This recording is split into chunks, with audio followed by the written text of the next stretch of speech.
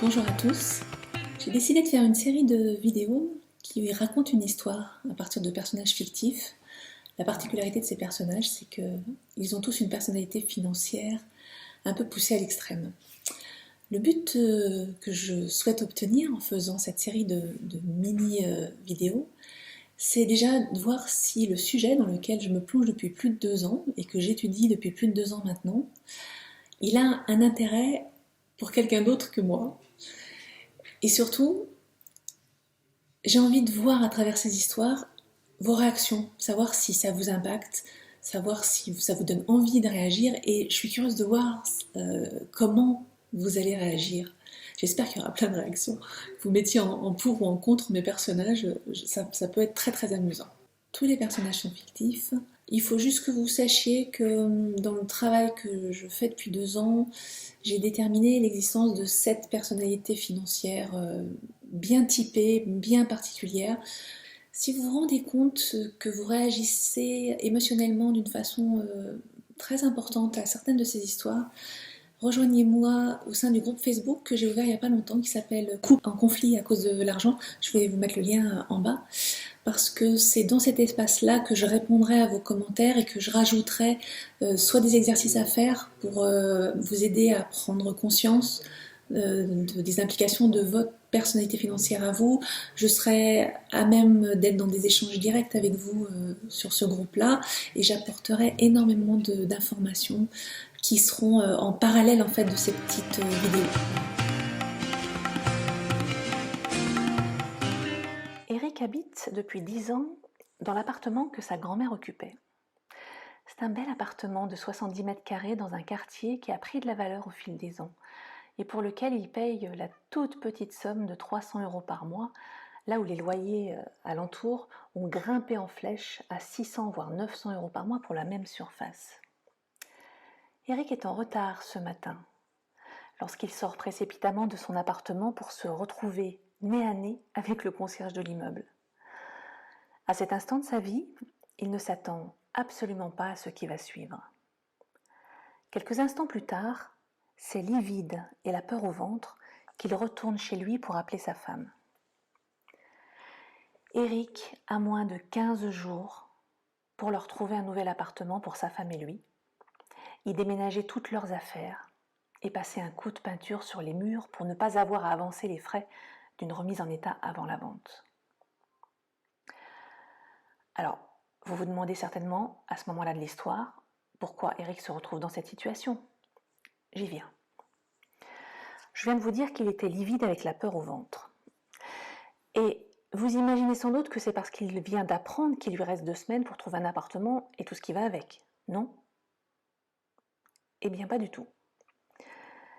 Eric est livide avec la peur au ventre parce qu'il va devoir informer sa femme de la situation et qu'il craint, à juste titre, qu'après cette annonce, elle ne le quitte. Car, vu son comportement, c'est bien ce qui risque d'arriver. Mais que s'est-il donc passé? En fait, cela fait plusieurs mois que Eric reçoit des lettres recommandées, l'informant qu'il a la possibilité de mettre une option sur l'achat de cet appartement. C'est une véritable occasion à saisir, parce que le prix qui lui est proposé est bien en dessous de celui du marché. Et en plus, c'est une fleur que lui fait l'actuel propriétaire qui connaissait bien sa grand-mère. Mais depuis la réception de cette première lettre, 6 mois au préalable, Pauline, la compagne de Eric, ils ne sont pas encore mariés. Pauline lui demande de faire le nécessaire et de renvoyer rapidement les papiers signés au notaire. Mais Eric a toujours des choses beaucoup plus urgentes ou beaucoup plus intéressantes à faire que signer ces fichus documents.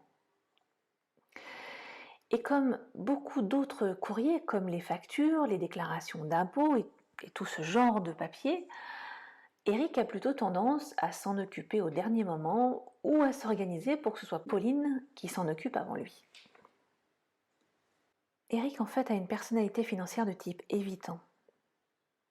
La particularité de ce profil, c'est que son rapport instinctif, émotionnel, spontané à l'argent est proche de zéro. Eric ne porte aucun intérêt à l'argent ou à ce que l'argent lui permettrait de faire ou d'avoir. À côté de ça, Eric est une personne charmante, facile à vivre, passionnée, très intéressante. Dès qu'il va falloir aller à la banque pour négocier un prêt, faire le point sur ses comptes pour vérifier sa capacité d'emprunt, ou imaginer combien il peut se permettre d'avoir comme crédit à payer tous les mois, à ce moment-là, il perd toute énergie. Il perd tout intérêt pour la chose.